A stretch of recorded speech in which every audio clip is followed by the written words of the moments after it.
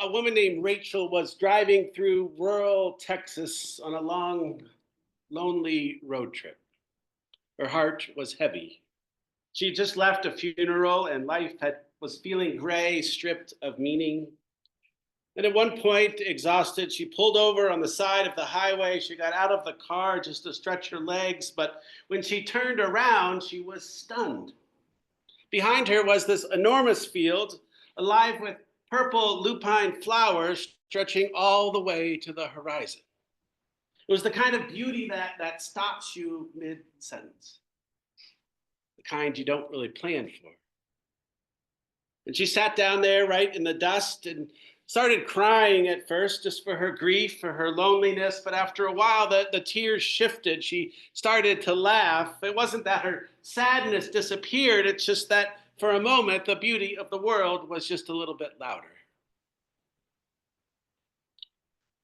She realized the world hadn't stopped being beautiful just because she was hurting. Beauty wasn't something she had to deserve or earn, it was just there.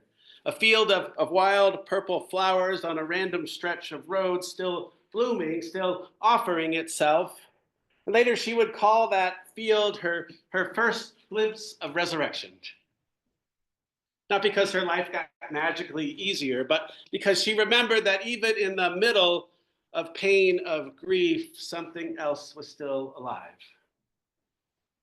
Now she says she tries to keep her eyes open for small fields of beauty everywhere.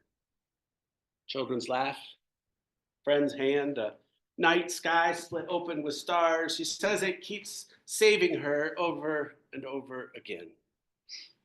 The world is still burning with wonder. We just have to look. Psalm 104 invites us to do just that. You know, when we think of Psalms, I mean, which ones do you go to right away? Probably not Psalm 104. Psalm 23, right? The Lord is our shepherd.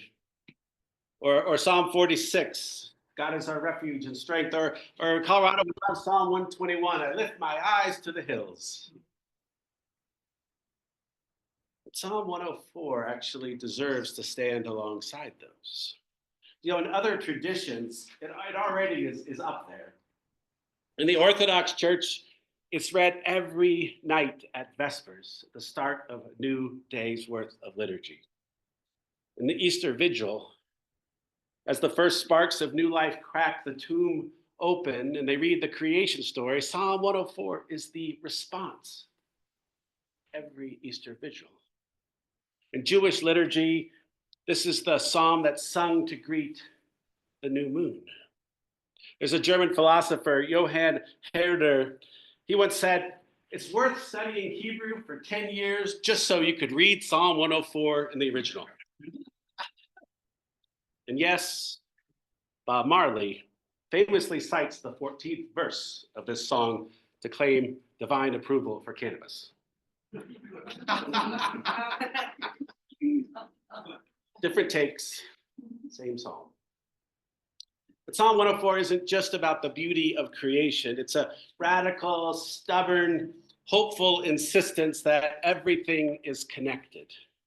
Earth, sky, wind, animals, humanity, all held together in the hands of a creator that delights in all of it.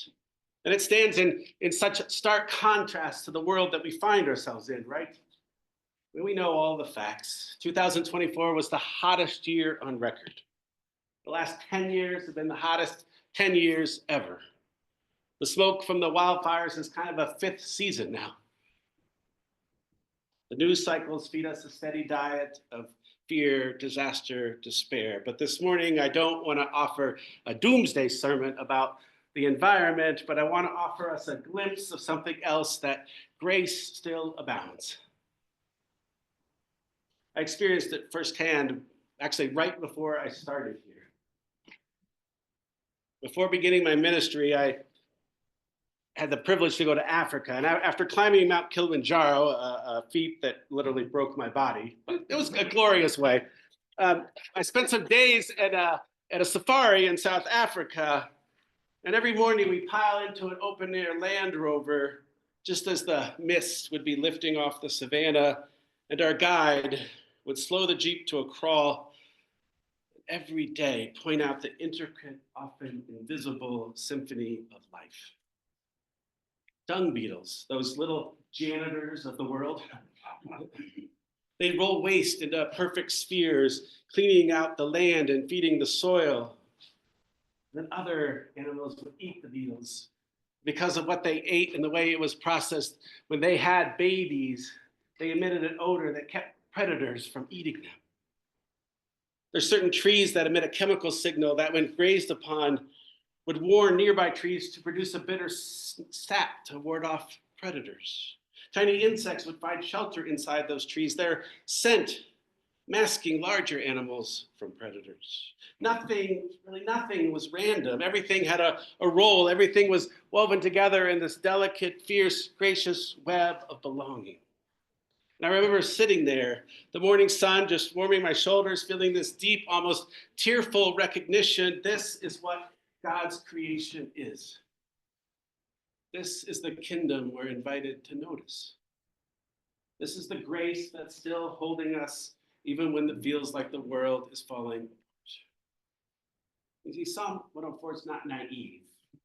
It knows life is precarious. It knows the world is not a Disney movie. But it dares to say, even so, even now, God's glory is woven into the very fibers of creation. Because the choice is still there for us today, right? We can start every day, maybe you do this, I have, cynically saying, oh Lord, what fresh havoc will be ours to deal with today? What cruelty is going to be handed out today? Which group will be going after? What idiotic thing will be happening now?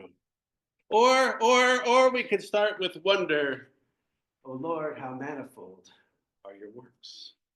Now, I'm not saying we stick our heads in the sand. God knows the world needs our action, our protest, our resilience, but I am saying we choose what we ground ourselves in. We can choose what defines our souls. We can choose what story we're going to tell with our lives. When we ground ourselves in the beauty of God's creation, we know we're part of something bigger than any empire, any administration, any market crash, any culture war. We belong to a creation that hums with grace. So today, I invite us to look again and to breathe again and wake ourselves up to the wild, stubborn, beautiful grace that's still holding us. We don't call it this very often because maybe we don't read the gospel outside anymore, but what if we refer to it as the wild gospel? I found this poem with that title. God didn't whisper first in cathedrals, but in the riot of rivers, in the growl of thunder, in the reckless bloom of wildflowers splitting stone. Creation was the first sermon. The hawk's cry, the crash of waves, the stubborn green fists of seeds punching through dirt. We're not outside of it. We're made of the same mud, the same breath, the same bright burning dust. And still, if we let ourselves get quiet enough, wrecked enough, awake enough, we might just hear it again. The wild gospel of earth and sky, singing the only truth that really matters. You belong. You're part of this fierce, holy, unfinished world. You are alive by grace. So listen and live like it.